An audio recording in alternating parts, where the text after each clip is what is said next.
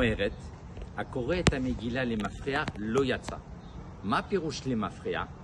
אז יש פירוש שאומר מהסוף עד ההתחלה. יש פירוש שאומר, אתה מתחיל פרק ג', ממשיך פרק א', קופץ לפרק ז', חוזר לב'.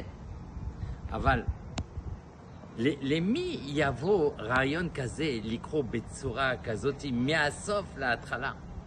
בא בעל שם טוב ואומר לנו, הקורא את המגילה למפרע לא יצא. אם אתה חושב שסיפור של המגילה זה סיפור של העבר בלבד, ולא של עכשיו, לא יצאת ידי חובה. אתה טועה, כי גם היום יש המן, וגם היום יש מרדכי, וגם היום יש אחשוורוש.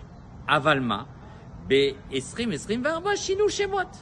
המן זה נסראללה, זה יחיא סינואר יימח שמם. המרדכי קוראים לו הצדיקים שיש בדורנו, שדוחפים אותנו להתקדם ולהתחבר יותר לאלוקות.